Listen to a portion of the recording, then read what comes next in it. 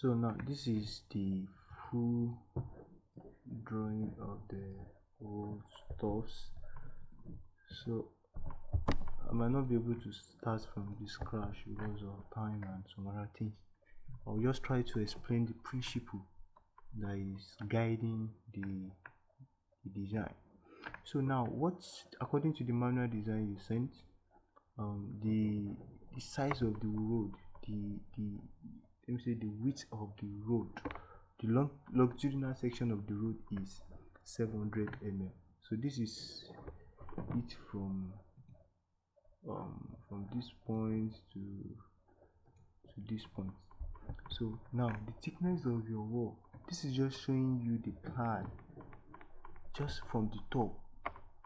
Just showing you the plan, and what this means is that we have a ratio 1:1. That means from here to any point here to this point is 1, then to this point, from here to this point is also 1. So by the time you want to get this side, the size of your wing wall from this point to this point, you have to calculate using Pythagoras theorem. So for you to get the longest size, which is the hypotenuse, so that's what comes when we want to get this length. Then also the okay, I forgot to do this the other time. The box is 2.7 by 2.7 box covers. So now you have to ensure that the thickness of your wall is actually not affecting your 2.7, and the thickness of your wall here is actually not affecting your 2.7. So the 2.7 must stand on its own. You can see we have 2.7, 2.7, 2.7. Then same thing applicable here, something applicable here. So this one is just showing you, okay, this is, it depends on the how the river is, where the upstream is, where the downstream is, but whichever is the upstream, whichever is the downstream, this and this have already served the purpose. Now for this section AA,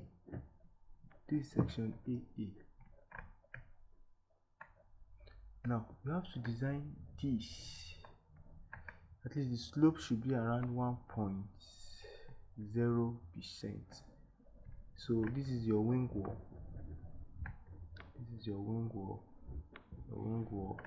This is your wing wall. Now you have to key this into the foundation, so that into the ground, so that your foundation will be very strong. Then this is the base of the culvert, which is also 300 mm. Now when we're talking about the wing wall the other time, you tell him to start from 600 and end at like 2.7 rather. So we have a very short 600, then extend to the other side. Also just have this one just telling us to centralize the longitudinal axis, then just dimension from both sides. So that's how the plan is. Then we also have an elevation, yes, an elevation, which also have the wing wall both sides. So we also have our 2.7 by 2.7, 2.7 by 2.7. Then the total, if you add 2.7, 2.7, 2.7 with this 300 mm, it will give you 8.1 meters. Then by the time you add the size of the wing wall, which is also 300 mm both sides, to give you 8.7 meters. So this one is showing us our foundation and a blinding course, which I've recommended to be 100 mm. So this is just showing us the foundation and the elevation of the culvert. So for general notes, the all dimension are in millimeters, and concrete cover to be 400 mm. Then all reinforcement is 410 Newton per millimeter square. Then the concrete grade we are looking at is 30 Newton per millimeter. Then the maximum size of aggregate to be 20 mm. Blending cost to be 15 Newton per millimeter square with 100 thickness. Then the minimum soil pressure should be 100. At least by then the design will be able to resist any kind of load being imposed. The soil will be able to resist all kind of load being imposed on it. So this is the plan aspect, the general aspect of it, the section, the plan, and also the elevation. So now when it comes to the detailing aspect, you have to be extra very careful here, because you don't need to you have to arrange in a odd manner. Now this reinforcement, this is it here. And you can't have your reinforcement to just go on straight. You have to give it a starting bar. So recommended of 120, which is okay. So now what we mean here is that this is spanning at a distance of like 700 mm. So that's 700 mm divided by 200. Sorry, I don't know if you can see my calculator. So that's giving us 35. So now 35 of this, we go for this, and we also go for this. That's giving us our 70. Remember, the total length here is what will cover from this edge to this edge. Then this 120, if you add it up with this, is what is giving you 9540. Then same thing applicable to this. So by the time you have for this and for this, that's why we have times 2. Then for this, which will be here, and for this, that's why we have times 2. So the numbers of bars we are going to cut now for both should be around 140. The same thing applicable here. Now this one, you have to enter and key into the reinforcement. So the recommended lapping length is 750 mm. So by that you have 750 with.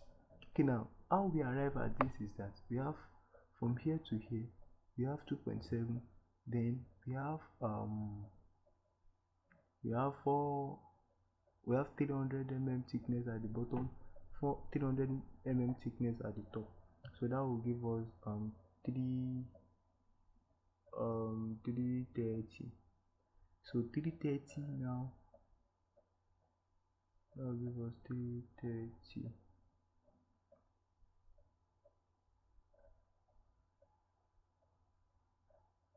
Should be 330, and should give us 330. So you have to minus that 330. 330 minus, I think there's an error here. 330 minus 8 mm. We are going to have 8 mm cover here, and at the same time you have 40 mm cover here. That will be just minus it from the 330. So by then you add this, you add this to get this figure. So same thing here. Why it is okay, I have this one times 2.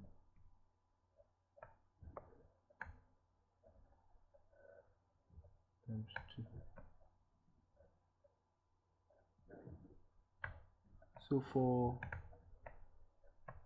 this now, this one is telling us that we have a this one is for distribution, this one is for distributor to span across the 7 meter, to span across the 7 meters. So these are the horse bench, just slightly recommended. Then this is like a U-bar, just for it to have a firm reinforcement arrangement alongside here, alongside here, alongside here. So that's about the detailing for the elevation. Yes. Then for the wing wall itself, this is for the wing wall, this is for the wing wall. So for us to get these okay, we've already gotten this one somewhere here.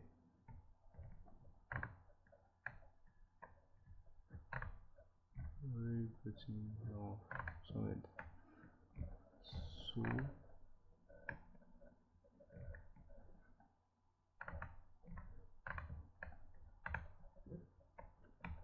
So these are the reinforcements is being arranged. And why we put this on to be varying is because we don't have a regular shape there, so definitely it's going to vary. The cutting length here will be different from the cutting length around here, so everything should span between 200 and 4.17 mm. And but for here now, for this 600 mm, it will still be a regular shape. So we also have our U-bar here also. Then for the for the apron slab, this is the apron slab we have here. This is the apron slab. By the time we calculate the total length of it, so that's how we arrive at the cutting length of it. So for you to get the details, just look at the labeling. For this one now, we have number 11. So this one is telling us that this is it. So this is the rod here. Then for this one is telling us number 10. So this is the detailing here, like that. This one are just an anchorage to the head wall and to the apron. Just let me know which side you don't understand there, and to try and re-explain. Just find your way around it. It's just very straightforward.